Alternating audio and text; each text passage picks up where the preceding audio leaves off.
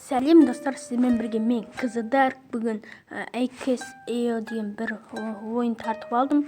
Сол ойыннан ойнайтын боламын. Керемет нәтижелерін көрсететін боламын.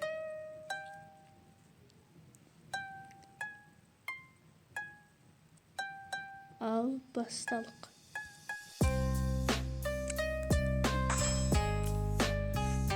Достар, бұл ойын харам немесе мұсылман ойынын білмеймін. Қайсыған жататын Ninja. ба?